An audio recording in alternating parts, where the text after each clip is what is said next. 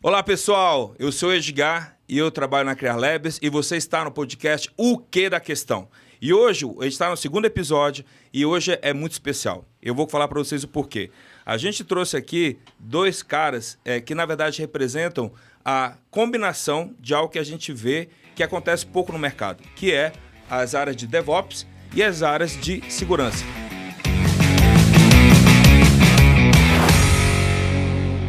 A gente percebe que hoje em dia nas empresas existe aí meio que uma separação. Isso muitas vezes a gente acredita que não é o mais adequado. E hoje o que a gente vai mostrar para vocês é exatamente como essas áreas têm que trabalhar em conjunto. Para isso a gente trouxe duas feras aqui para a gente conversar sobre o assunto e eu vou deixar com que eles mesmos se apresentem. Então vou começar contigo, Cheganças. Bom dia pessoal, eu sou o Pedro Cheganças.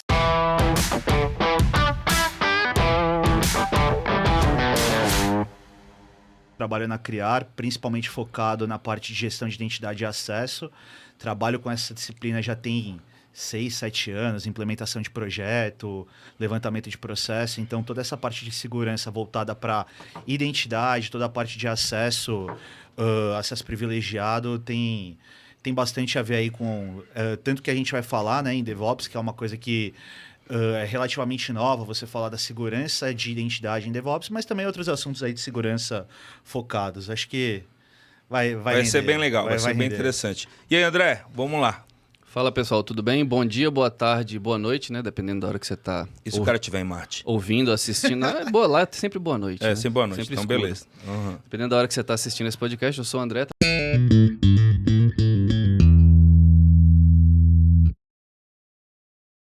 Trabalho na Criar Labs, né? Que é um abraço de produtos lá da Criar.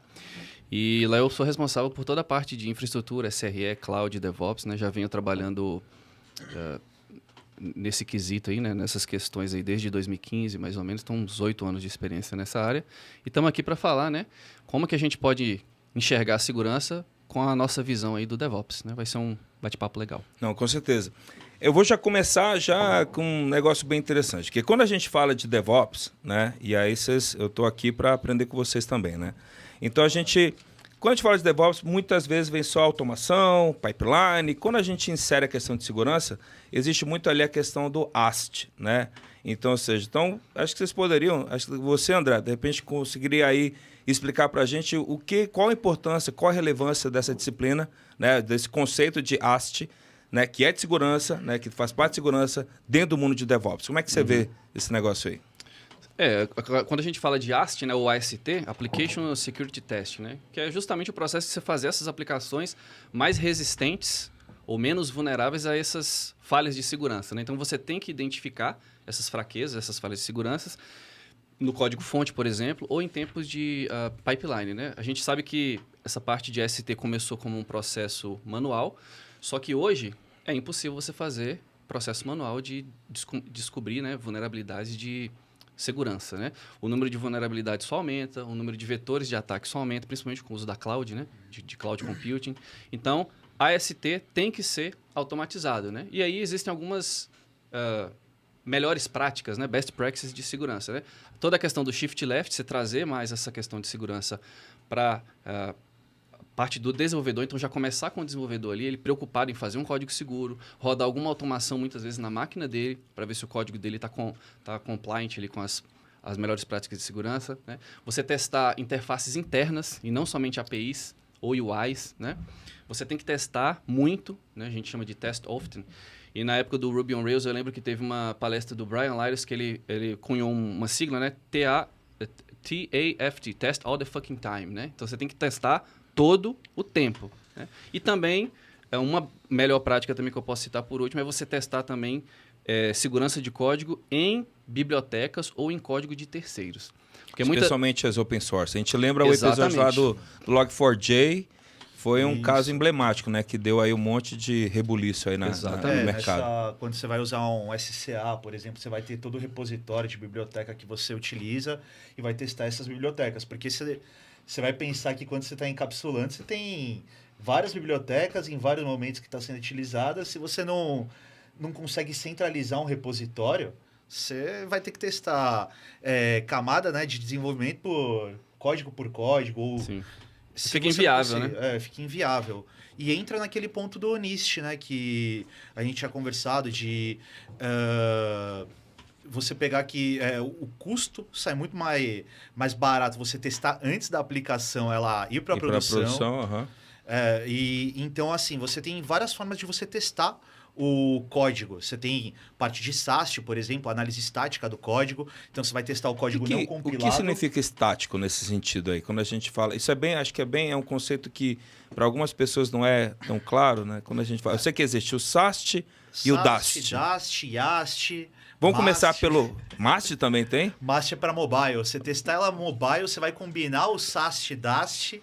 Só que você também vai testar algumas coisas como jailbreak. Não, então calma. Vamos começar, como diria um professor meu, Tranquilo. vamos começar do início. Vamos começar lá do SAST. DAST. Tá, vamos começar ali do SAST. Não, é SAST? É, SAST é primeiro, vamos lá. A ideia do SAST é você testar o código ele antes de ser compilado. Então, você vai testar o código estático. Ele não está em momento de runtime, você vai ver erro de sintaxe, você vai ver erro de math, né? A lógica De deles. validação de input, Isso. referência de inseguras, esse tipo de coisa. Então, o que vocês estão me dizendo, então, é bem interessante. Então, assim, você é um cara de DevOps, você é um cara de segurança, mas, ou seja, essa preocupação começa no desenvolvimento. Sim. Isso. Tem que começar no desenvolvimento. Então, quando eu vou lá no VS Code e falo lá um File New Project, ali começa a minha preocupação já com todos esses termos que a gente vai ver hoje, né? Então, Exato. Até porque fica muito mais caro você corrigir depois que o software passou por toda essa cadeia. Aí você só vai descobrir, poxa, chegou lá antes de entrar em produção. A pipeline travou lá, não deixou eu colocar meu pacote, meu código em produção por causa desse erro aqui de segurança. Aí você tem que voltar tudo de novo na cadeia. Vai lá no começo, né? Na máquina do dev e ele tem que corrigir aquela vulnerabilidade. Então, esse processo sai muito mais caro do que você descobrir logo no início. Quando você olha para a cadeia de desenvolvimento nesse ponto, você vai ter desenvolvimento, integração, a parte de aceitação, pré-produção e produção. O SAST, a parte estática, ela vai entrar principalmente no desenvolvimento e ali na parte de integração, porque eu estou testando o código, mas ali em desenvolvimento, você vai testar o código antes dele ser compilado, antes do runtime, você está testando o desenvolvimento do código em si. Então você está falando, deixa eu ver erro de sintaxe, erro de lógica, erro de input. Então a ideia é você conseguir testar o código antes. Eles chamam de white box também, né? Caixa Isso. branca. É antes do runtime. e aí a gente vai... Então, beleza. Então, já aprendi. E, assim, esse tudo nicho é bem interessante, né? Porque, salvo engano aqui, o custo, se a gente for metrificar, é de uma vez, né? Na fase de desenvolvimento. E em produção, o custo vai para 5 vezes. Então, ou seja, para quem desenvolve e para quem paga o desenvolvimento, né? Isso aí é uma preocupação, não tem que ser tomada bem grande. E aí, me vem à tona aqui um negócio bem legal, que é assim, até cultural, né? E como me parece um disparate você ter as áreas de DevOps e segurança separadas. Porque você aí, no caso do desenvolvedor, ele tem que sentir que essas práticas fazem parte da cultura, do dia a dia deles, né? E aí como é que vocês enxergam que isso pode ser um negócio simplificado, né, pro desenvolvedor? Cara, falando em questão de segurança, a gente costuma dizer que segurança, no geral, para ela ser boa, ela tem que ser silenciosa. Tipo juiz de futebol que não aparece. Basicamente isso. Porque assim, cara, quando você tem uma coisa que é intrusiva, que ela atrapalha a sua continuidade de trabalho, ninguém vai gostar de seguir segurança. Entra num exemplo que vai nas conversas quando você vai falar de IAM até, que eu acho que aí eu vou conseguir... Vai daqui, Mas o ponto principal, quando você vai falar de... Estou em desenvolvimento, o cara tem um admin, tem a permissão XPTO, ele tem admin ali, o container está rodando de uma forma. Quando você vai subir isso para um estágio de pré-produção, aceitação, até produção, você tem camadas que, eu tenho que ficar lá testando se eu tenho a permissão de leitura, se eu tenho a permissão de escrita. Isso acaba sendo invasivo, isso acaba travando o trabalho do cara. Você trava a esteira. Então, a melhor forma é quando você consegue fazer isso de uma forma cadenciada e harmônica. Você não precisa ter você não precisa ficar parando o trampo do cara para ele conseguir, só por questões de segurança, né? Fazer um cara crachar. E hoje a gente está falando de um mundo que é muito mais dinâmico. Então daí entra o DAST. O Dast ele já entra quando você tem o código compilado, que é a análise dinâmica, o runtime dele. Que aí você vai pegar se ele tem exploits ali, se você consegue fazer um injection. Então você já pega o código compilado, não é erro de sintaxe. Link de memória, cookie, sessão. E então isso aí já faz parte do processo. É algo que o desenvolvedor não precisa se preocupar. Quando ele entrega o código para o pipeline, então, é aí que entra a jogada do Dast ali em ação. Sim. Ele vai se preocupar no sentido de quando ele compila o código dele, tá seguro, né? Tá seguro, ele tá criando mecanismos que na compilação não tem o injection, ele tá fazendo uma conferência correta, porque o injection você não vai ver em tempo de código estático. Não. Você vê ele compilado. Exato. Consigo fazer um SQL injection, consigo fazer você vê essas vulnerabilidades quando ele já está compilado. Faz parte do desenvolvimento, por isso que ele entra no AST e ele volta para o desenvolvimento para corrigir isso, mas a ideia é você testar o código já em execução. Isso. Por isso que você entra no Dast. Interessante. E aí, está acontecendo um fenômeno, na verdade, a gente está vendo aí, acho que quase semanalmente tem aí um caso de vazamento de dados e tudo mais. E assim, como é que vocês... Assim, e a gente vê que são coisas até... Olhando para o ponto de vista técnico, até triviais, né? E assim, então, quando vocês olham assim, quais são os conceitos ou quais são as medidas interessantes para que esse tipo de problema aconteça quando você tem que, vamos dizer assim, combinar DevOps com segurança? Assim, hoje a gente vê também muito relato de invasão de pipelines, né? Pipeline? É. Lá na hora que está executando, Sim. lá no GitHub, no GitLab, esse cara aí. É um assunto muito vasto. A gente poderia, né, ficar falando horas aqui sobre ele, né? Mas a gente vai até tentar resumir. Primeiro, a gente tem que entender por que a gente faz pipeline de CI/CD. Porque a gente quer entregar software de maneira mais rápida possível. Você não quer o envolvimento humano, você quer que... Nós somos propensos ao erro, né? Então, se a gente ficar fazendo tudo manual, a chance de dar M é maior, né?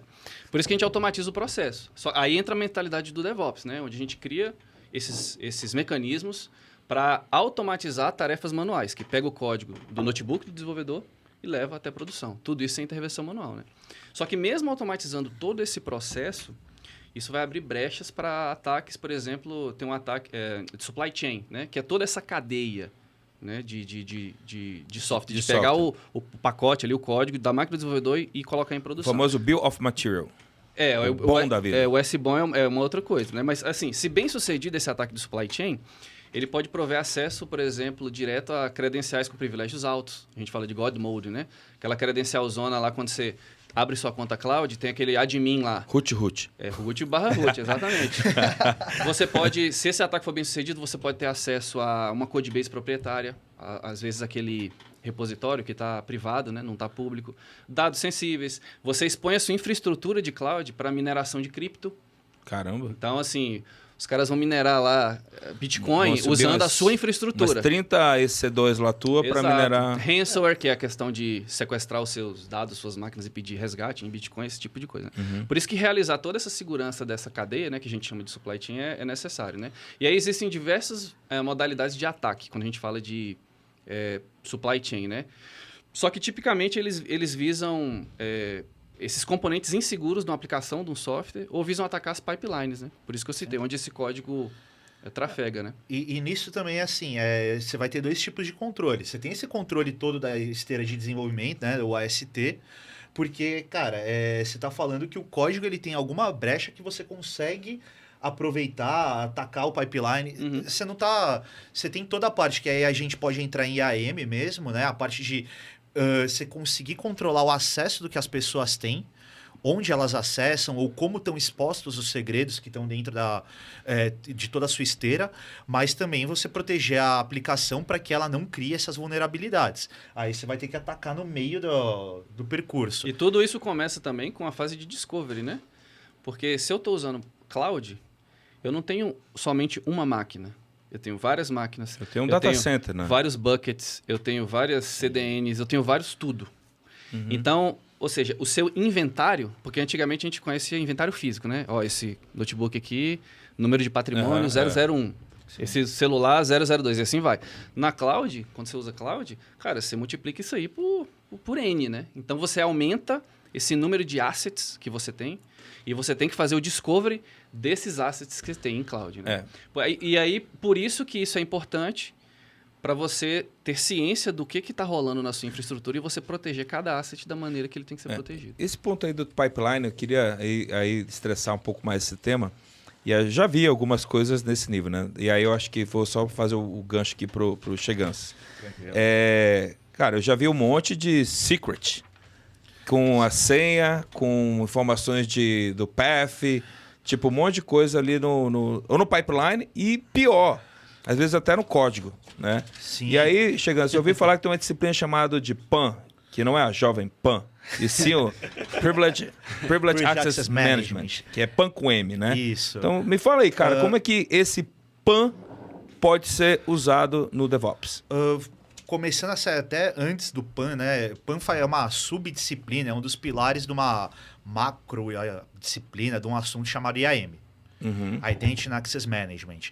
Quando você vai quebrar IAM, você tem toda a parte de proteção de credenciais privilegiadas, parte de IGA, que é a governança e administração de identidade, Access Management, que é proteger toda a parte de autenticação, autorização em si, MFA. Então, IAM é um guarda-chuva, então, gigante, com essas subdisciplinas. E que elas são conectáveis com o DevOps daí. Em constante evolução. Porque, assim, quando você entra num service provider aí de nuvem, você entra na Azure, AWS, GCP, você consegue falar o que o Edgar vai acessar. Qual bucket ou qual projeto o Edgar vai acessar. Você consegue dividir em vários níveis. Pô, você vai acessar qual role aquele usuário tem ou qual role aquele serviço tem, né? Não, e pode ser uma role dentro, tipo, você tem 10 projetos, você só vai acessar um projeto ou um bucket específico daquele projeto, ou um bucket específico de todos os projetos que tem o mesmo bucket. Bem granular, né? A mesma composição, a mesma característica.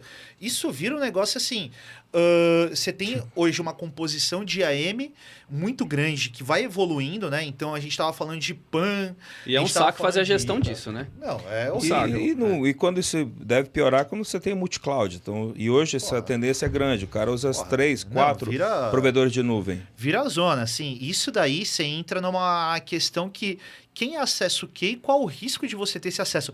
Quais credenciais aquela sua aplicação tem dentro das outras coisas? Que aí você hoje vai falar de uma disciplina que é nova, relativamente nova, e é uma evolução de IAM, segundo alguns analistas, que eles tratam como QIEM, Cloud Infrastructure Entitlement Manager, que é a ideia de você conseguir varrer os direitos em nuvem e entender o que cada conta... E quando eu estou falando de cada conta, pode ser conta humana, a conta do Edgar, e conta que roda serviço, que roda container. Cara, você tem que entender o que cada conta tem de acesso em ambiente multi-cloud.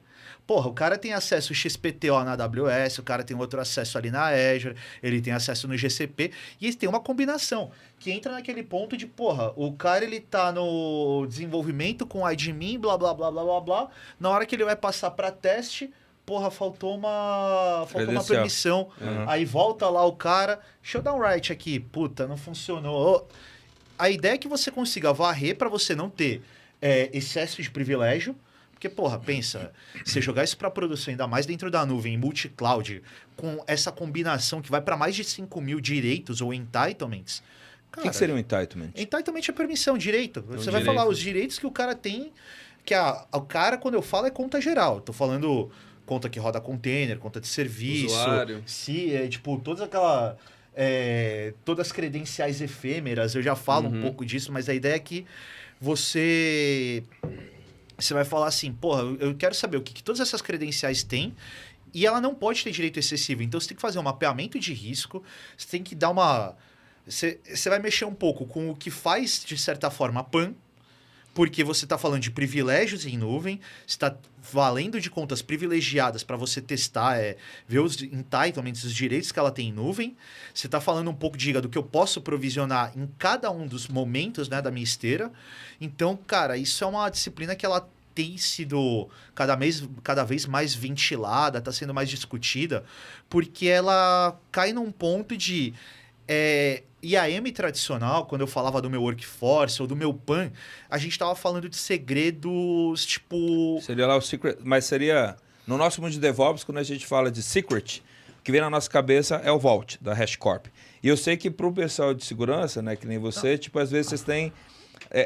existem coisas a mais que você quer fazer. Né? Por exemplo, a gente estava conversando esses dias, por exemplo, até na questão da segurança pipeline. Então, assim, como é que eu garanto que a acessibilidade desse secret e tudo mais e tal, ele é fornecido da maneira correta, sem eu vazar esse dado, sem eu ter, sei lá, o André, beleza, ele trabalha na empresa, ele tem os direitos e tudo mais e tal, mas ele não tem que ter, como você falou do PAN, né? Ele não tem que ter acesso àquela senha, sei lá, do SMTP, a senha do banco de dados, a senha de produção do MQ. Então, ou seja, como que... E aí, como que a gente gerencia, como a gente olha isso na ótica de segurança para DevOps? Então, aí é o que eu estava falando aqui sobre PAN. Esse é o modelo mais tradicional, quando você vai falar de, entre aspas, cofre de senha, password management. A senha do SMTP... O que é um cofre de senha? Só para deixar claro para todo mundo. Então, a ideia é que você vai procurar, fora do Brasil, né, bibliografia internacional, você vai falar de password management. Eu estou fazendo uma gestão de senha. Eu vou colocar ela dentro de um repositório que eu posso ou pegar o usuário e senha, invocar, fazer uma sessão RDP. Isso aqui a gente vai falar um pouco do cofre de senha mais tradicional. Porque a gente estava falando da proteção da senha do SMTP. A gente ainda não estava entrando no mundo quando a gente falava de... Automação rotação de secrets, até quando você fala de chave de API. Você pegar, por exemplo... Isso aí teve um vazamento recente agora, por causa de chave de API. E falando até, tipo, você pegar a Microsoft, que é, um dos principais vendors de serviço SMTP... a maior parte das empresas acho que usam Office 365 ou um Google Workspace. A AWS tem um SNS, tem um monte de serviço também, não é? Sim. É o SNS que faz a entrega de e-mail da AWS? SNS, né? Então, hoje elas estão utilizando chave de API para você fazer a autenticação, quando você vai integrar com outro serviço. Só que, tempos atrás era usuário e senha do SMTP Server, cara. Eu criava com o host e a porta. Não tinha segurança nenhuma nessa parada, se parar pra pensar. Não, tinha confiança, porque eu tinha confiança. Não, tinha. Você tinha que ter o usuário e a senha, você tinha que ter a porta. Toma a chave do cofre aqui, não perde não. Beleza, o usuário do SMTP lá, ele tinha que ser uma coisa. Você não vai dar um admin do SMTP Server, beleza. Mas você tá dando a porta, você tá dando o usuário, você tá dando a senha, você tá dando o servidor. Para eu conseguir atacar isso daí era muito mais fácil. Quando você entra numa chave de API, e ainda estamos falando de APIs que elas podem ter um refresh, né? Elas não são efêmeras. Ela pode ser de curta duração, mas você consegue ter um refresh. É uma chave de API que você consegue fazer um refresh de sessão, ela tá viva ali, mas, cara, pelo menos você não tá dando servidor, porta, usuário, senha, pelo menos você tá fazendo alguma coisa que, para você quebrar ali o client secret, client ID, é uma coisa um pouco mais difícil. E aí você evolui o que era a ideia do Password Manager, porque eu tô protegendo uma chave, eu estou protegendo um secret de uma API, eu estou protegendo uma chave SSH. E aí a gente começou a falar de um Secret Manager, o Secret Vault. O segredo, ele começa a virar qualquer coisa que eu possa utilizar, qualquer tipo de credencial. Qualquer chave-valor. Chave-valor. Então eu estou falando de chave SSH, certificado... variável de ambiente. Variável. Aí você começa a falar de Secrets Management, né? Password Management. Eu tô saindo do universo... Porque o Password Manager é um Keeper, um One Password, esse tipo de coisa. Sim, mais desktop, correto? Você tem centralizadores disso. O próprio Keeper, ele tem servidor, CyberArk, tem o Password Manager, que você consegue colocar na sua conta pessoal todas as suas credenciais, às vezes utilizar ela para autenticar. Você pode usar, por exemplo, hoje o One Password para guardar suas senhas. E o One Password tem uma API onde você usa o Vault da HashiCorp para poder integrar.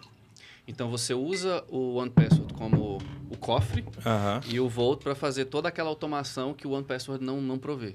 Essas rotações, entendeu? Então, dá para você fazer isso. Esse é um cara pessoal, né? Mas, então, quando a gente vai para um lado corporativo... Mas corporativo, tem um equivalente. Você tem o Keeper, tem o CyberArk. O One Password tem a parte corporativa dele. Tá. Mas porque, por exemplo... LastPass. Tem várias opções, né? Mas você pode, por exemplo, você tem uma conta Enterprise, uma conta Business. Você vai ser o admin dela e você vai fazer o compartilhamento das senhas para esse time X, para esse time Y, né? Você cria Lá dentro, eu não sei como é que ele chama, eu esqueci agora, mas você cria tipo uns cofres lá dentro do OnePassword, onde você compartilha, ó, esse cofre, esse Vault é desse time, esse aqui é desse outro time, né? E a ideia... Só que, por exemplo, nenhum usuário final quer usar o Vault da HashiCorp, usar uma CLI, uma linha de comando, para poder ver lá qual que é a minha senha do Google. Ninguém quer fazer isso. Sim. Você vai lá no OnePassword, no celular você pega aqui, ó. Sim. Sim. Usa seu Face ID e E a pronto. ideia desses cofres é, por exemplo, quando você fala de Password Manager, e ainda mais nesse workforce, tipo... que aí você está saindo um pouco do PAN como a gente conhece e está falando das suas credenciais pessoais. Eu estou colocando as minhas senhas que eu tenho no meu laboratório, não as senhas do admin do meu servidor, dos meus usuários de serviço. Password Manager hoje, no geral, ele é mais utilizado até de forma pessoal, porque quando você vai para a parte corporativa, você já está falando de uma proteção um pouco mais elevada. Falando de mais automação também, né? Mais automação, porque quando você fala de um PAN tradicional, PAN, e aí eu nem vou entrar na parte entrar já com o DevOps, mas falando de PAN tradicional. Você vai falar, por exemplo, que eu estou protegendo a minha senha root do meu servidor, a minha senha administrator ou um usuário de serviço, eu consigo automatizar toda a parte de launch disso, então eu não preciso nem ter acesso à senha. Eu quero uma sessão RDP para fazer um troubleshoot no meu servidor, para fazer um troubleshoot no que está acontecendo ali no meu IS lá. Eu consigo fazer uma sessão RDP, uma sessão SSH de uma forma passwordless, eu não tenho acesso à senha, eu posso gravar essa sessão, monitorar. Então, tipo, eu tô monitorando a sessão, o Edgar tá lá fazendo todo o troubleshoot dentro do servidor. Eu tô olhando, o Edgar tá fazendo alguma coisa estranha, velho. Barra sessão, eu consigo fazer isso. Isso entra na disciplina do PAN. De eu conseguir monitorar o uso das minhas credenciais privilegiadas. Isso daí é mais do que proteger proteger senhas. É mais do que o tal do cofre de senha. Isso. Monitoramento de sessão, auditoria. E uma das coisas que a maioria da gente esquece é que fazer o armazenamento de chave-valor de password é apenas metade do esforço, né? Sim. O resto... né? Porque se você armazena num Password Manager da vida, isso pode ser exportado, duplicado facilmente. Agora, integrar com múltiplos serviços, banco de dados, prover geração dinâmica de user e password, rotação de senha. Eu ia falar disso. Você ter esse life cycle configurado, automatizado, né? Para uma sessão de usuário específica, né? Um Vault da HashiCorp você faz isso. Isso você tem, por exemplo... já dentro do PAN, e aí a gente está falando ainda de credenciais que são um pouco mais estáticas, que é o que eu falei, administrator, root, até as suas chaves que você cria ali de API dentro da AWS e tal. Eu nem estou falando da esteira ainda, né? Estou falando isso de coisas que são mais estáticas, que você cria para integrar uma aplicação XPTO.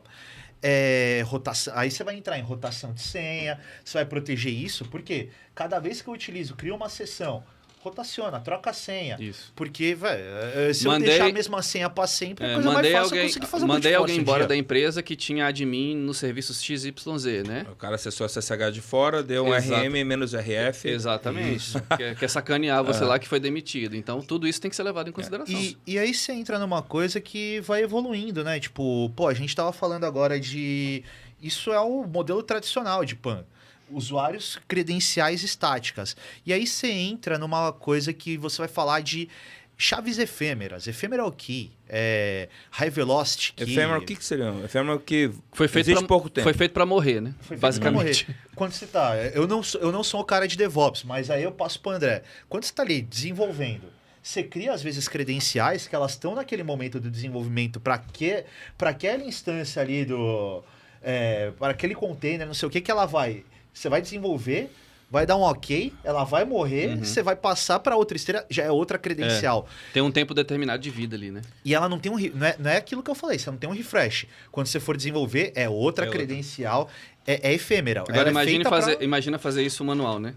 E aí, então, só para a gente concluir então, essa parte aí, que eu acho, meu entendimento aqui, né? Então, assim, para evitar essa questão de vazamentos, então, no DevOps, o pipeline e tudo mais e tal, então, assim, é fundamental esse uso de ferramentas para esconder, não só esconder, mas como falar, a parte de life cycle, né, do gerenciamento de chaves e valores, né? E aí é importante que o pessoal de segurança esteja alinhado com o DevOps, porque como você falou, não adianta, por exemplo, o pessoal de segurança tem rotação de senha de usuário. O pessoal de DevOps não tem, às vezes, acesso a essa mudança. Sim. Eu acabo travando o pipeline. Né? Isso, e aí entra num ponto que quando você fala, né, de ephemeral key e falar do modelo tradicional de PAN, cara, você tinha que fazer o onboard da sua conta de administrator. Você, beleza, faz a varredura do ambiente, você descobre quais credenciais a admin tem, mas um ponto que é complicado assim, essas chaves efêmeras, que elas estão no meio da esteira. Cara, como que você controla o nascimento e a morte disso, sendo que ela o próprio nome diz efêmera? Aí você entra com um conceito que hoje tem aí alguns players de mercado que já estão investindo nessa parte, que você vai falar do DevOps PAN. É uma evolução do PAN, onde você vai falar da descoberta, por exemplo, numa AWS, das chaves que elas estão nascendo na esteira. E ela vai morrer. Eu preciso fazer um onboard, por quê? Eu não posso te dar client secret para você ficar lá desenvolvendo. Você vai criar ela lá na esteira da AWS. Você vai Só para aquele propósito, naquele momento. Só que você vai chamar ela via API, você não vai ter contato com a usuário, né, a chave, secret, nada. O que você está falando? Eu estou falando que eu vou acessar, vou puxar na API da AWS aquele, né, ele vai fazer um onboard, por exemplo, esse DevOps PAN, ele vai fazer o onboard dessa credencial, eu vou falar com a API do PAN, ele vai me trazer, né? Vai autenticar o segredo já para subir um container, para já com as roles necessárias. Já com o que ele fala de role necessária, mas a ideia eu não vou ter o contato com a chave, não vou ter ela vai morrer e eu tô conseguindo proteger ela o tempo inteiro. Uhum. Cara, não, isso aí então, acho que a conclusão disso aí, cara, é muito importante, então, né? Ou seja, você já falou que esse DevOps PAN é bem interessante, porque me parece, assim como a gente teve o DevSecOps, que era a inserção de aspecto de segurança dentro do DevOps. De maneira automatizada. De maneira automatizada. Então, assim, agora como é? DevOps PAN? Né? Ele vai falar de DevOps PAN, DevOps Secret Manager. A ideia é que, assim, porque você vai procurar por que você deveria utilizar chaves efêmeras em vez de utilizar, né? Se utilizar root. em vez de você utilizar essas estáticas que você consegue dar refresh. Porque é muito mais difícil você atacar uma coisa que morre. Sim. Você está chamando, e quando você coloca no código, você não está mais chumbando a API lá, o secret, você não está colocando no código root. Por mais que você consiga hoje chamar a API, você está chamando a API do DevOps PAN que vai criar vai fazer o onboard de uma credencial que vai morrer. Cara, E aí o contexto disso, né? Você vai estar no ambiente seguro, o cara de repente ele conhece o contexto que você está fazendo essa operação e aí você garante maior confiabilidade desse processo. Tem um dado interessante também que eu estava vendo esses dias, um relatório da Palo Alto, né? Eles têm um time de segurança que chama Unit 42, né?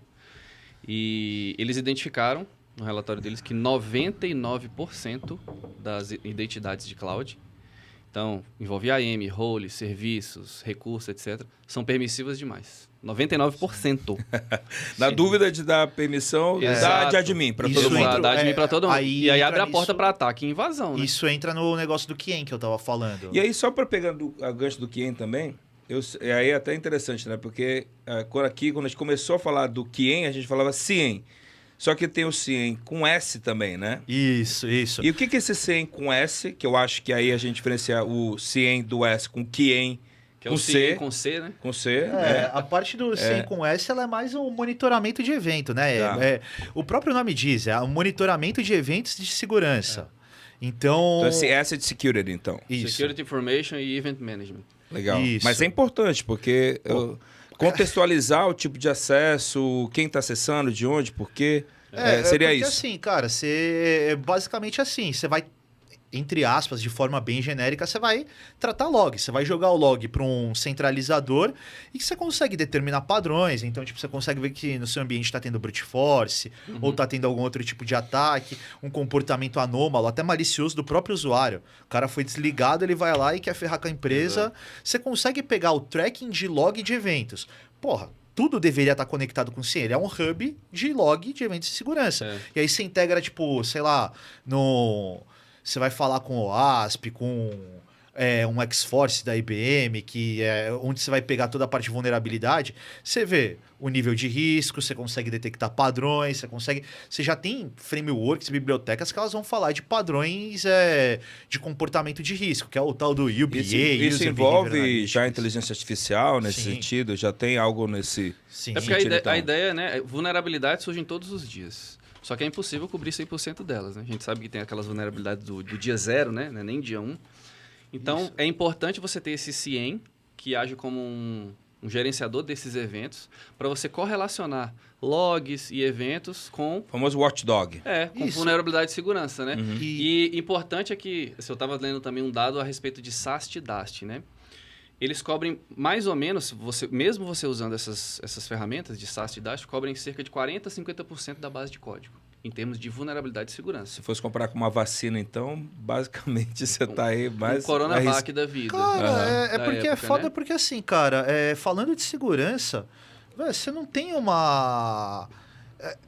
A ideia é que o atacante, né, o cara que vai atacar, o hacker, malicioso, o invasor, ele tem que ser mais inteligente que você. Ele vai tentar explorar brechas cada vez E maiores. são muito mais caras tentando atacar do que gente tentando defender. Cara, né? você tendo hoje inteligência artificial, um chat GPT, ela pode ser utilizada pro bem e pro mal, cara. Uhum. Eu posso utilizar a inteligência artificial para criar ataque sofisticado. Como E que você se protege disso, velho? Você tem que ter cada vez mais sofisticação também na defesa. Ou eu tenho que tentar criar formas, né? A parte de monitoramento de evento. Todas as ferramentas de CIEM, cara, você procurar, elas vão ter uma centralizada, uma biblioteca lá do QRadar, do Splunk, do Rapid7. Eles vão ter uma biblioteca de vulnerabilidade que ela é atualizada dinamicamente, cara. Uhum. Porque assim, não é você não instala lá o negócio e fica olhando e você tentar detectar que aquilo é uma anomalia. De zero ataque. Você não sabe que aquilo aconteceu, um ransomware que entrou. Uhum. Isso você tem que vir de um X-Force da vida, de um negócio que ele... A ideia é ser proativo e não reativo. É. Isso. E, pô, entre aspas, você nunca vai estar coberto. Aí você entra nessa parte do CIEM. E com o desenvolvimento ágil, que você tem que ficar jogando código para produção, se Tipo- possível, várias vezes por dia... Continuous Delivery. Continuous Sim. Deployment, Continuous Delivery. Então, você introduz mais Go fácil... Horse Delivery. Tem essa Pô, também. esse daí Você introduz mais fácil Padrão. essas falhas de segurança, né? E aí leva custo mais elevado, redução da qualidade do software e Então, assim por assim, diante. o CIEM, ele é importante para qualquer coisa, não só para esteira de DevOps. Ele é tráfego de eventos, monitorar evento. Ele não, ele vai estar interligado com outras automações de respostas. Aí você vai ter, né, toda aquela parte de automatizar, já fechar portas ou jogar. Pode ser um acionamento manual, André. Cara, bloqueia, derruba esse servidor aí que tá rodando alguma coisa que tá zoada. Você tem automação de resposta. Automação não significa que vai ser tudo automatizado. Automação de resposta não significa que eu vou automatizar a execução da resposta. Eu vou Tem automatizar a coisa que o humano resposta. precisa Eu vou também colocar tomar o uma Edgar atitude, né? para agir. Ou eu posso ter integração com alguma aplicação que ela mesma já derruba alguma coisa. Só que, cara, isso é importante estar em tudo. Quando a gente vai falar de QIEM, a gente tá falando Com já... o QIEM. Apesar de O falar pessoal QIEM... começou a falar QIEM exatamente porque, pô, CIEM, que é CIEM, SIEM, tudo é CIEM. A gente fala português, é difícil. Quando o cara fala CIEM, mas qual Fala CIEM que você com tá S, falando? CIEM com C. É o famoso, Porra. não sei quem fala chinês, mas o cavalo e mãe em chinês. É ma. Eu não sei, É assim, talvez falou a mesma coisa Não, cara. todas as vezes. Não, e tem Não nessa... fala chinês. E, porra, velho, na sopa de letrinha de segurança, você tem o QIEM e você tem o CIAM, que tipo é de IAM, Consumer IAM. Você tem uma sopa de letrinha gigante. Então, vamos falar QIEM, que acho que fica mais fácil, né? Eu achei interessante, Edgar, essa analogia que você fez com vacina, né? Porque, por exemplo, então se SAST e DAST cobre ali 50% do meu código, então eu não vou usar não, porque cobre só 50%, né? Mas é melhor você estar 50% protegido com os anticorpos do que estar 0%. Não, com certeza. Então é melhor né? você tomar do que não tomar. Então é melhor você também, trazendo essa analogia para segurança, né? Pipelines e tal, é melhor você ter um SAST e um DAST funcionando, né? Cara, em tempo de pipeline, automatizado, do que não ter nada. Até porque pensa Conectado assim... com Secret Não, Management, com mas Vault. pensa assim, falando até de teste de código. Pô, você tá 50% protegido. Exato. É melhor, porque imagina, tem uma bosta ali de um SQL injection que na hora de compilar você não viu Que esse direito, não sei o quê. 50% pega. É uma Sim. coisa tão besta que, tipo, velho, eu comecei a trabalhar com isso em 2013. Eu trabalhava com uns scans de vulnerabilidade e tal, e eu tinha que olhar o site da OASP, não sei o quê. SQL Injection você falava mais de 10 anos atrás. Cara, se você vai lá com Muito um antigo. código e até essa porcaria... Porra, usa uma ferramenta pra automatizar isso. Pelo Exato. menos você não vai ter uma vulnerabilidade que tem mais de 10, 15, 20 anos, cara. Se você usa container, É por idiota. exemplo, usa um Triv da vida, um Docker Scout para escanear seus containers. Ver se tem CVE, né? Eu não preciso, então, é. assinar o serviço lá do Docker Hub para ter esse tipo de... Se você assinando um serviço de uma cloud, do Docker, por exemplo, você vai ter um scanner melhorado, digamos assim, né? Mas hoje você tem ferramentas grátis, por exemplo, o Triv. O Triv, se eu não me engano, é da Aqua Security, AquaSec. Ele pega esses CVEs todos, né? CVEs na questão de Linux, das libs do Linux, né? Então, O que é um CVE mesmo? Só para... o V é de Vulnerability, Common Vulnerability, alguma coisa. Eu não lembro o acrônimo. Mas você tem CVEs, por exemplo, mais graves, né? CVEs é tipo um erro catalogado, pelo que a Isso, gente... exatamente. Um Uma erro falha, uma vulnerabilidade catalogada, né? Poxa, E aí, pegar em aqui o tempo de acrônimo. pipeline, você fala assim, ó, se tiver algum CVE grave, high, red aqui, né? Uhum. Você trava a pipeline. Porque eu não posso jogar esse container em produção Common Vulnerability and Exposures. common vulnerability, entendeu? Só que aí a gente está falando, né, num Triv, apenas a parte de escaneamento de containers, né? E aí, voltando lá ao que a gente falou de supply chain, não basta apenas você escanear os seus containers, ver se tem vulnerabilidade a nível de container, né? O Linux está rodando aí por trás, as libs do Linux. As libs do Node.js, Tem as lib libs do Node.js, Python, lib de Java. Go, de Python e assim por E- diante. Aí você usa esses scanners na cadeia de supply chain e o pessoal que usa esses supply chain attacks, essas vulnerabilidades, eles não vão na vulnerabilidade do scanner, eles vão na vulnerabilidade do Node ali. Sim. Não, Já é um e- nível acima, E entendeu? entrando num ponto assim, o que roda, o que sobe cada container? Você tem credencial. Sim. Você tem uma... ele não se roda sozinho, você tem que ter alguma coisa que faz automação, a credencial. Aí entra a parte do PAN. Uhum. Entendeu? Do segredo. Muitas vezes o pessoal copia as credenciais para dentro do container. Então, se você ter acesso ao container, tá credencial. Sério? Tipo, para rodar um container, você precisa ter uma credencial. Aí entra a parte do DevOps PAN, que é proteger até a credencial que roda o container, tá ligado? Não é só o serviço que tá rodando dentro do container, mas o que... É assim, você tem que cuidar do galinheiro também, né? Não é só dentro. Você tem que Aham. cuidar do entorno do galinheiro, pô. É. Aí é onde você entra, por exemplo, automatizar também não só a esteira de CI/CD, mas também você automatizar e flexibilizar, porque aí é o que entra lá quando a gente estava falando no começo de, pô, hoje o universo é muito mais dinâmico. Você está em constante expansão e a velocidade também é maior. A Aumenta. própria ideia de DevOps é você aumentar a velocidade de entrega de uma infraestrutura, de um código, de um produto, de um projeto. E, pô, quanto mais rápido isso, é mais difícil você segurar. Aí a gente entra lá, né, em toda a parte de evolução de segurança, que a gente tá falando de D0, tudo. Cara, pra pensar que é cada vez mais difícil você prever como alguém vai invadir, porque você tá desenvolvendo rápido. A tecnologia avança mais rápido, entre aspas, do que a segurança. Primeiro você tem que ter a Tem que ter tecnologia para saber o que você está segurando. Você tem o vírus para ter a vacina. E cara. desenvolvimento ágil não quer dizer desenvolvimento com pressa. Sim. Pressa é inimiga da Sim, perfeição. sim. Pô, isso é um corte, hein, Beto Jamaica? Olha aí, ó. Repete aí. Desenvolvimento ágil não é você desenvolver com pressa. It's the motherfucking Eagle Double G.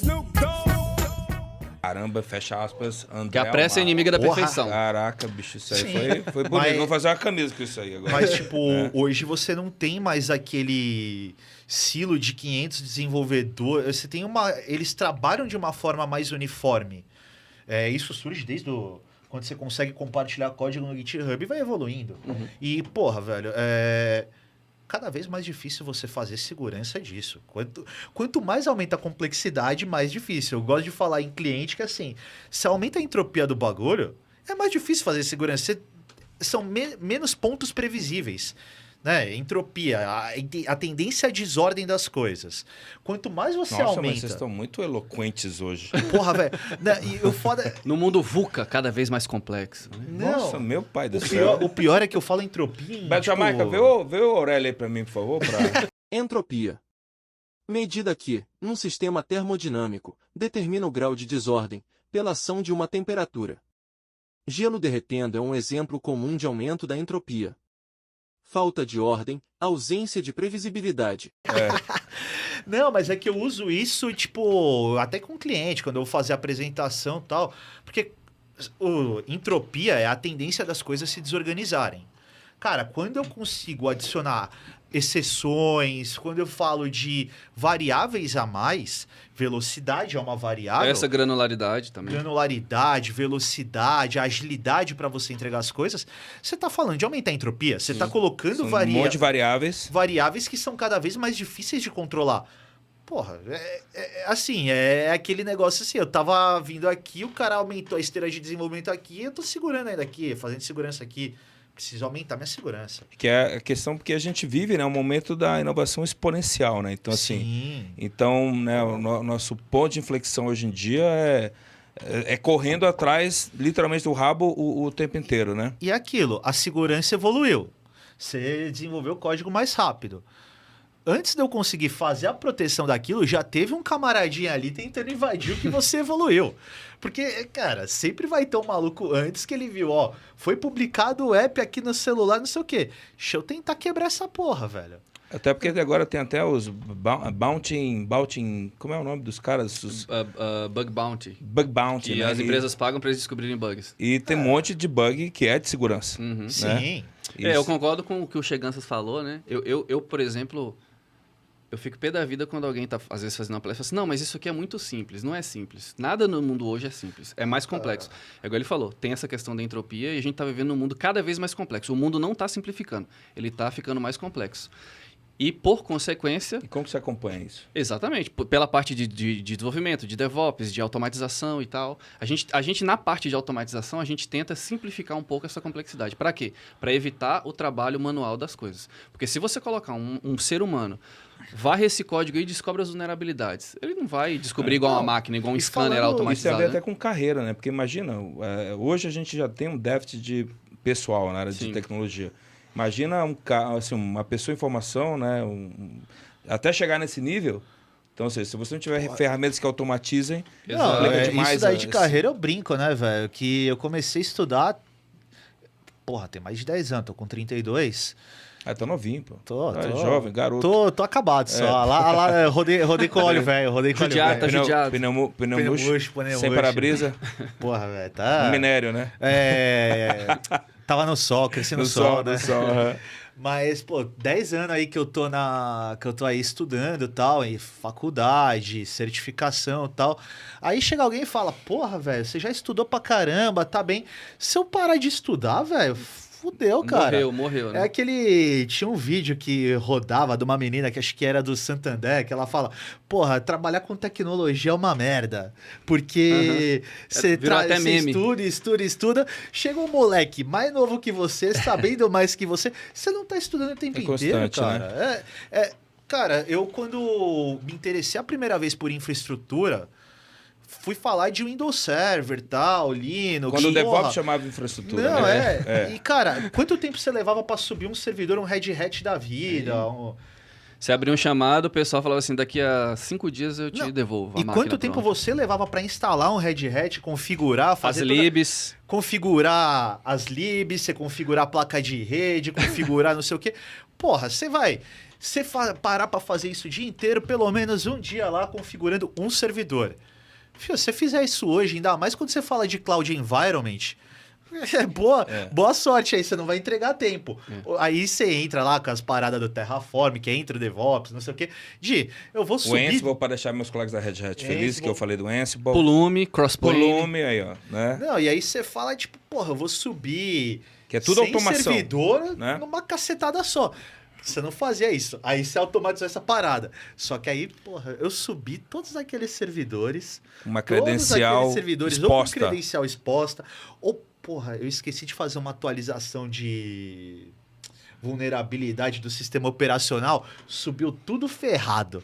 E como você faz? Aí você tem ferramenta, tipo, dentro do, falando, Red Hat do OpenShift, você tem toda aquela, eu aplico a correção, a política de correção para todos os servidores que subiram baseados naquela imagem, né, naquele código. Então, pô, você vai falando de coisas que elas vão automatizando também o tempo de resposta. Você tem que ter... Você evoluiu, você conseguiu subir 100 servidores. Como que eu atualizo 100 servidores agora? Outro problema. Eu consigo aplicar, você vai criando. E como que eu rastreio 200 mil códigos? Pô, tem que criar um negócio, aí você entra no AST. Ou seja, né? a automação é que, assim, toda inovação traz um trade-off, né? Inevitavelmente, né? E aí eu enxergo assim que essa automação, e que você falou do supply chain, ou seja, o desenvolvimento entrou hoje numa fase fabril, efetivamente. Sim. Mas, assim, às vezes esse código, não, assim, você tem lá no carro, você tem o recall, né?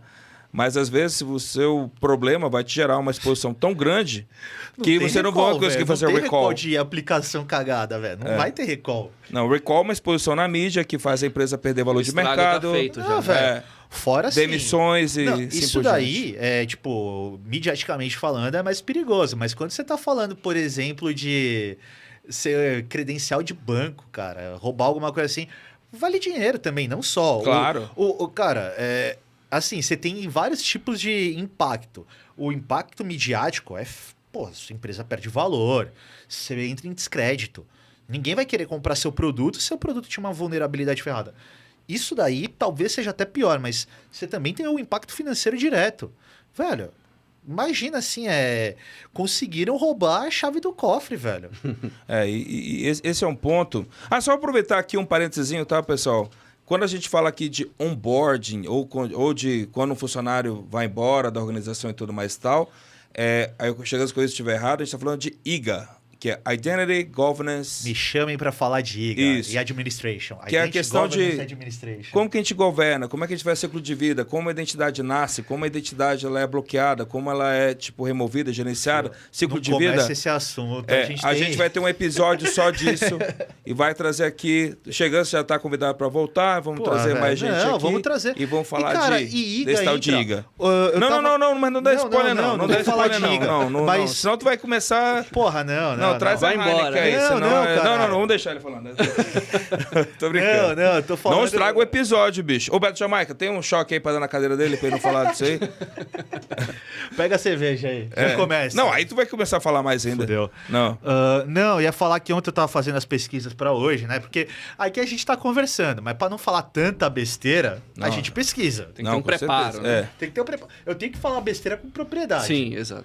Tem que falar... Com segurança, certeza. Eu tenho que falar besteira com segurança. Ruth. Corta, faz esse corte. Tem que falar besteira com segurança. Aí, Beto Jamaica, mais um, hein? Vai lá. Mas, pô, aí eu tava vendo aqui que trouxe até a colinha, né? Todo mundo tem a colinha aqui, eu sou roots aqui, eu ponho no papel. O meu tem um terminal aberto aqui, cara. O meu eu faço no papel, cara. Eu faço no papel. No VI. Eu sou... Old school, ele é old school. No VI. Tá no VI. Mas, porra, aí o cara falando assim, que o Kien, por exemplo, ele é uma evolução, de certa forma, do IG e do PAN. Então, essas disciplinas, elas vão evoluindo. O IG, pra mim, era um provedor de internet do cachorrinho. Então... Não, do IGA. Então, mas do falou IGA. IG. Então, o IGA... É uma evolução do IGA e do PAN. O Kien. O Kien. Então, ou seja, o Kien, que é o Cien com C, Isso. ele é uma evolução do... Ele é uma evolução da parte junção de... dessas É duas junção. disciplinas. Isso, não é nem junção, é evolução natural, cara. Você falando da esteira, né, da esteira, ó, da disciplina de IAM. Os caras começaram com IAM, era um negócio só, que virou Autenticação, IDM, né? Que era autenticação e a parte de gestão de privilégio. Aí virou IDM, que aí depois separou em IDM e IGA, e aí também teve o Access Management, e aí teve a parte de MF. Cara, ela vai evoluindo. É normal, você vai criando mecanismos de segurança que às vezes eles não cabem mais naquele potinho. Porra. É igual hoje tá a questão do OR e Keta, daquele OpenFDA que eu te mostrei ontem. Você tá tendo separar autorização de autenticação. Sim. Então, a autenticação, você tem um Okta da vida que faz isso, alguma Sim. coisa assim. Mas para autorização, aí tem muita gente usando aquele modelo do Google Zanzibar lá, né? que é o que Google eles usam. Zanzibar. Zanzibar, é. Aí você Pessoal, tem a gente vai colocar esses links aqui, esses termos aqui depois da descrição do episódio, beleza? Aí você tem esse Oriqueto, esse OpenFDA. Então tá tendo uma movimentação de... beleza, Mas autenticação... o OPA não resolve isso aí? O Open Policy da vida? O Open é mais política como código. É um pouco diferente, entendeu?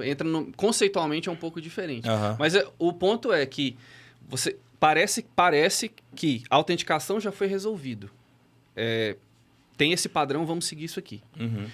Autorização, existe um modelo melhor que a Google usa, por exemplo, que a gente tem que investir nisso aqui. Então, tem muita empresa, startup surgindo nessa parte, né? Você vê como essa questão Isso é uma outra parada importante, inclusive. Você vê como essa questão de segurança é muito... tem muita coisa, né? Por que se escapa tanto, André, do só mundo colocar de... um ponto aqui. Isso é importante, você falou de padrões. Isso é uma coisa que quando a gente está falando de aumento da agilidade de entrega de tanto código, aplicação, infraestrutura e até da segurança, quanto mais você consegue criar padrões, quando eu falo padrões é tipo, quando surgiu o SAML, o OpenID, o Skin, cara, você vai facilitando. Você tem padrões de mercado para desenvolver coisas em cima. Tipo, eu autentico utilizando o SAML, eu autentico utilizando o OpenID, eu Provisiono usando Skin. Vamos falar disso lá pra frente aí também. Mas a ideia é que você consiga criar padrões, pelo menos, porque senão vira um bagulho de louco. Como é que você vai fazer segurança? Se a Google usa um padrão, a AWS usa outro, a Azure usa outro, e aí, como que você unifica essa parada? E o Kien ajuda nessa parte aí? E você ajuda como que ajuda? Ele fala mais para essa parte de entitlement, né? Não para autenticação e tal, mas Mas ele ajuda na parte que você citou antes de multi-cloud. Então, você consegue ter um painel, por exemplo, vamos chamar assim, de gerenciamento, onde você consegue ver, na Azure eu tenho esse permissionamento aqui. Na Google eu tenho esse, na Amazon eu tenho esse. Né? Então você consegue ter uma uniformidade sem você ter que, às vezes, por exemplo, entrar em cada console e configurar do jeito que tem que ser configurado na Amazon, do jeito que tem que ser configurado no Google, do jeito que tem que ser configurado então, na Azure. Da mesma forma que eu tenho um rancher da vida, que eu faço multi-deployment de Kubernetes e várias nuvens, então os ferramentas de KIEM me dão esse nível de permissão. Porque deve ser um pandemônio, né? Imagina, cara, uma credencial... Assim, a ideia da ferramenta de KIEM hoje, ela, principalmente assim, a maioria, ou todas que eu olhei, hoje elas se plugam com os 3 principais providers. AWS, Azure e GCP. Não, fala com o Cloud aí para meus amigos ficarem felizes também, Google Cloud, colegas aí. Google Cloud Platform. Isso aí. GCP. Claro, ela deve evoluir para pegar outros vendors, OCI, IBM, Alibaba, DigitalOcean, eventualmente, umas paradas. Mas assim, você vai focar principalmente no que é comercial dos 3 principais vendors, né? Você vai resolver 80% dos problemas globais. Então, ele já faz a varredura desses 3 principais vendors, você faz a varredura de entitlement, e a ideia é que você consiga entender contas, como eu falei lá no começo. Contas eu não estou falando só da conta do Edgar, estou falando da própria conta que roda o container. Da conta de serviço, todas essas credenciais privilegiadas. A ideia é que você consiga... você consiga entender o que essas credenciais têm, qual que é o risco que essas credenciais têm e como eu consigo fazer uma automação de deploy até. Por exemplo, no Dev eu tenho tal direito para que é UAT, né? Na parte de acceptance, você consegue fazer já o deploy da conta, você vai conseguir transportar a conta com as credenciais que ela precisa ter. Porque, velho, imagina, não vamos... Todo desenvolvedor, ele desenvolve com root, ele desenvolve com administrator. Mas é bem mais confortável, né?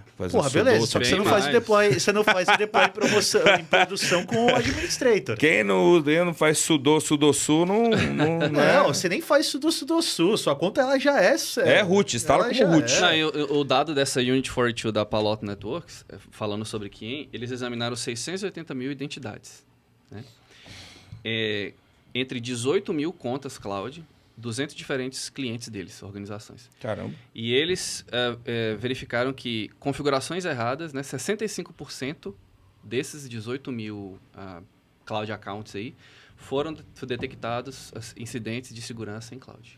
Justamente por essa questão de permissionamento fraco, Permissão de password fraco, 53% tinha password fraco. como eu 44% permitia reuso de passwords. Não tem multifactor authentication habilitado. Coisas simples que dá para você fazer que limita um pouco essa questão dos vetores Então, de ataque. quem está assistindo o episódio, então, já pode acabar o episódio, já verificar. Não, multifactor authentication Não, e é uma parada mandatório, assim. por exemplo. E é uma parada assim.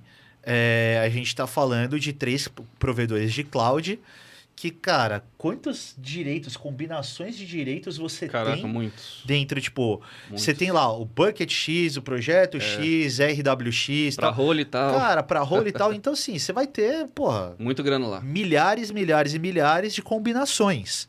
Cara, o IGA tradicional, o IAM tradicional, não estava preparado para isso. É onde entra o que Por isso que o DevOps, de repente, ainda tem essa separação tão grande.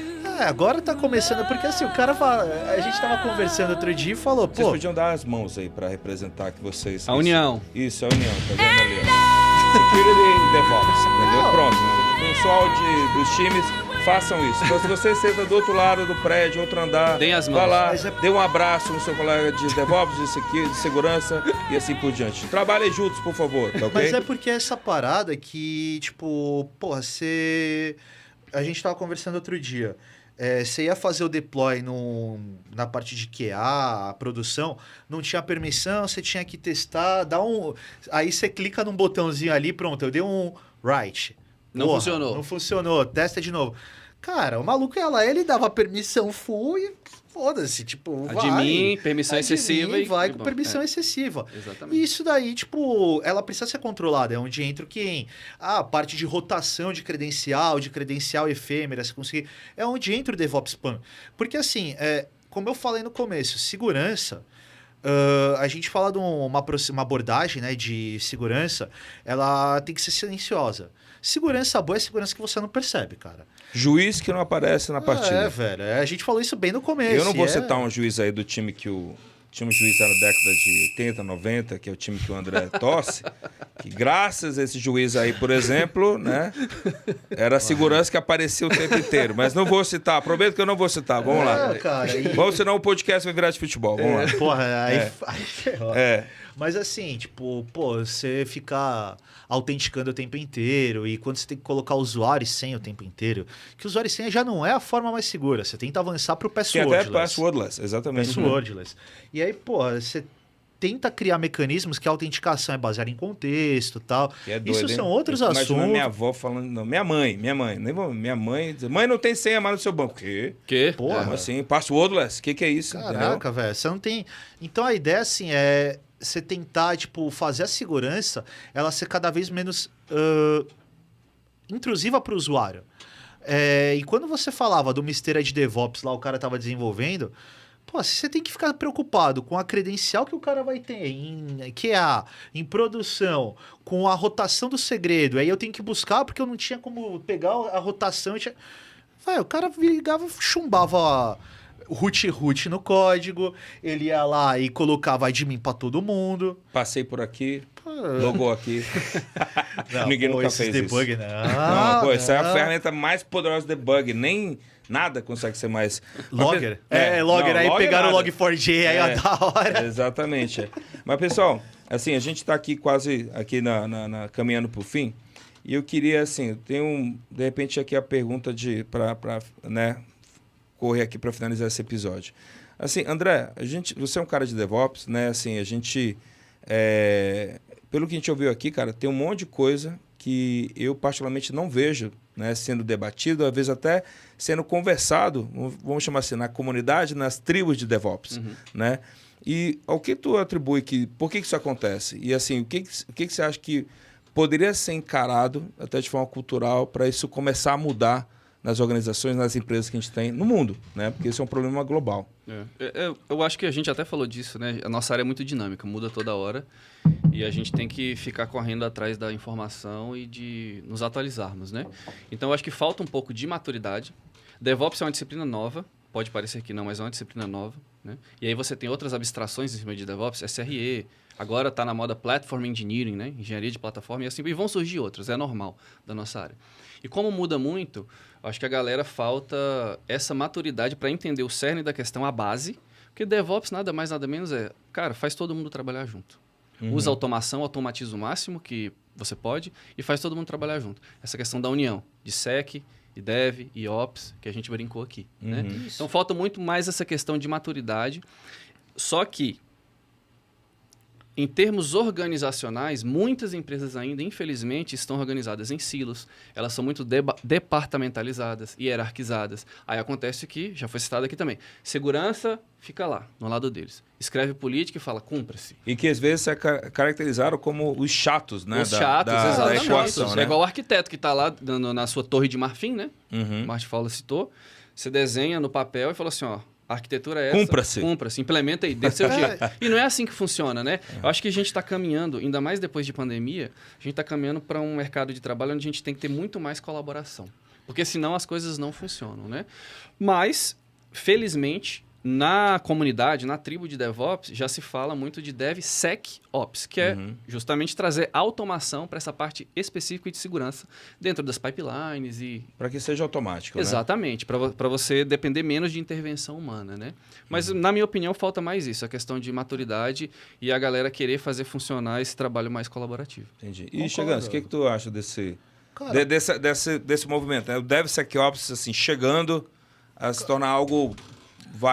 mais popular e mais presente nas organizações. Antes a gente trabalhava muito com, como o André falou, de silos, né, cara? Tipo, a gente tem departamentos isolados, os departamentos não se conversam.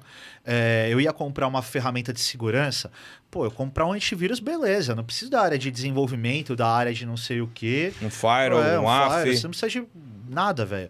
Só que cada vez mais elas são... as ferramentas ou as disciplinas que a gente está falando, elas vão avançando, elas vão misturar.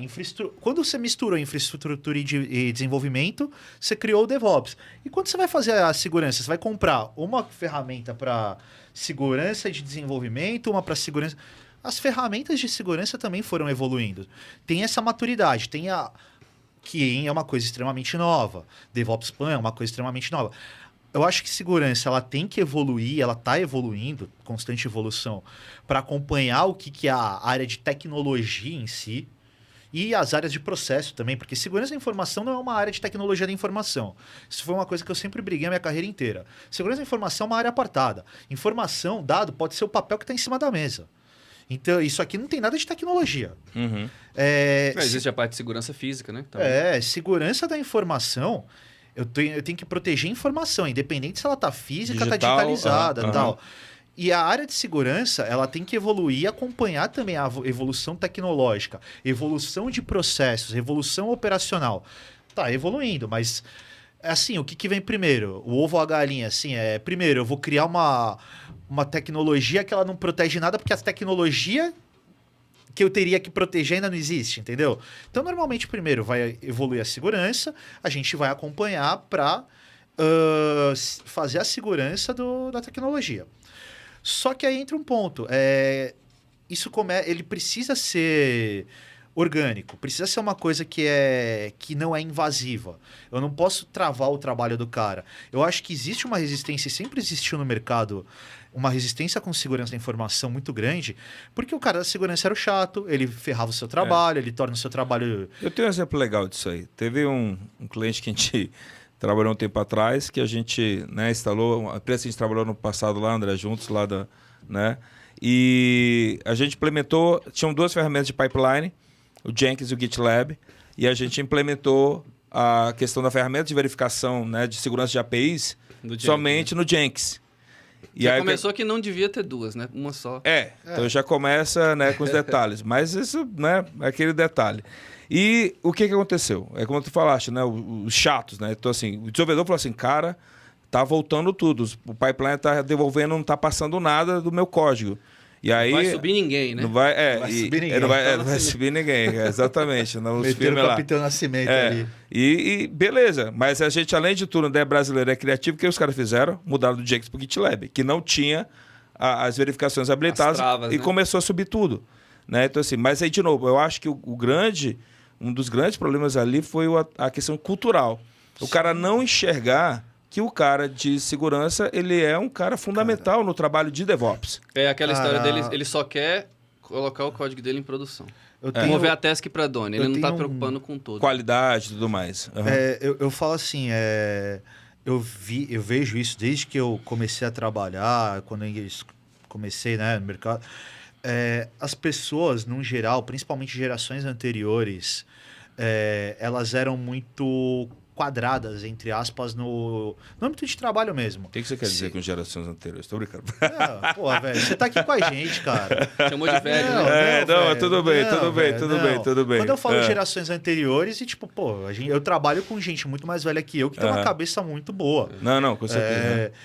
Tem essa mentalidade já, mas era uma coisa muito assim. Era um tabu, né? Era um As bagulho pessoas assim, não- ó, eu sou quadrado, eu tô vendo a minha área. Não tinha uma questão de cultura organizacional, que é um termo que virou até moda. Mas, cara, assim. De ver o que era melhor para todo mundo e não só para a área dele. Eu tô aqui, eu sou de segurança, eu tô falando de segurança. Eu pego a ISO, pego pá. Eu sou de desenvolvimento, melhor para desenvolvimento. Essas áreas não se conversavam. Não tinha ninguém falando de cultura. Pô, vamos trocar uma ideia? E é assim. Não pode ser só o que eu quero, nem só o que você. Você não pode desenvolver sem Se encontra segurança. no meio do caminho, né? Vamos chegar no meio termo. Assim, você tem que aceitar riscos. Quando o cara tá falando de segurança, eu tenho que aceitar risco. Porra, imagina, vou aplicar os maiores controles de segurança. Não sai um código, velho. Não sai porra nenhuma Vai dali. travar todo mundo. Vai travar todo mundo. Então, assim, eu tenho que aceitar certos riscos, que a melhor segurança é não fazer, né? Você quer ser seguro, é não fazer. Se não, quer ser uma solução segura, desliga o servidor. Tira o cabo de rede. Tira o cabo ninguém de acessa. rede, Aí tá velho. seguro, super seguro. Porra, é só não fazer. Zero trust. Daí é zero trust total. Só que, velho, não dá pra ser assim, cara. Não dá pra eu ter uma política de firewall que barra tudo, tá ligado? Tem que ter. Você vai abrindo portas e com isso você vai assumindo risco. Você pode ter um ataque na porta XPTO, blá, blá, blá.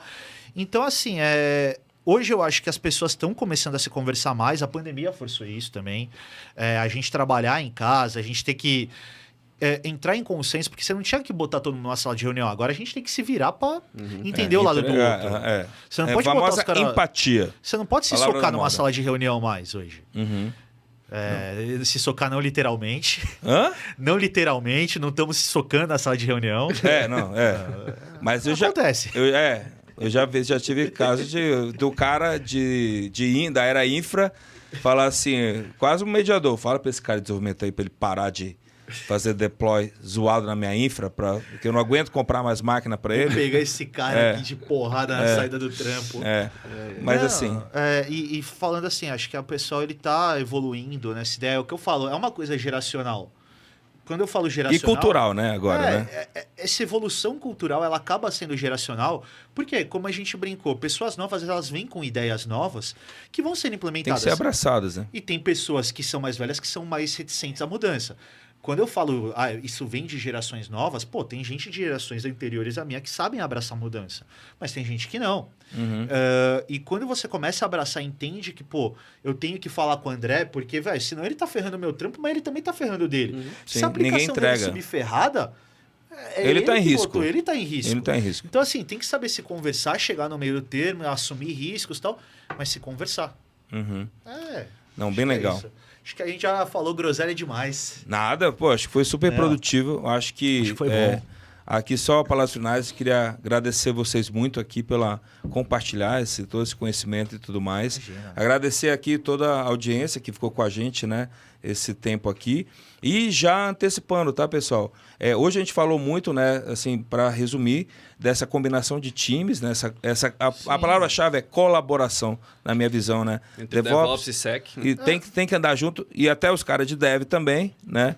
E assim, só para antecipar, assim, muita coisa que a gente falou aqui, a gente vai colocar na descrição aqui desse vídeo, no podcast, né, Beto Jamaica? Vai estar lá, né?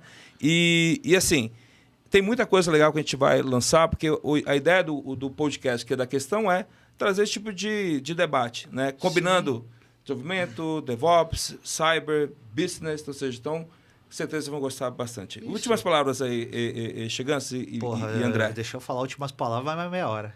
Mas não vou perguntar Não, dica, só fica falando assim, tranquilo. eu acho que até como você falou, acho que a ideia que era um debate sobre a junção segurança e DevOps. Então, se a gente, eu falei alguma coisa que foge um pouco do conceito de todas essas disciplinas. Cara, a gente abordou disciplina pra caramba aqui. Eu não sou especialista em todas.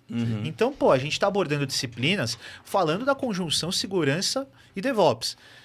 Vamos aprofundar esses assuntos, vamos falar, e aí, pode ser que eu seja contradito em algumas coisas que eu falei. Mas a ideia é que a gente traga o porquê que é importante segurança e DevOps. Achei o papo legal pra caramba.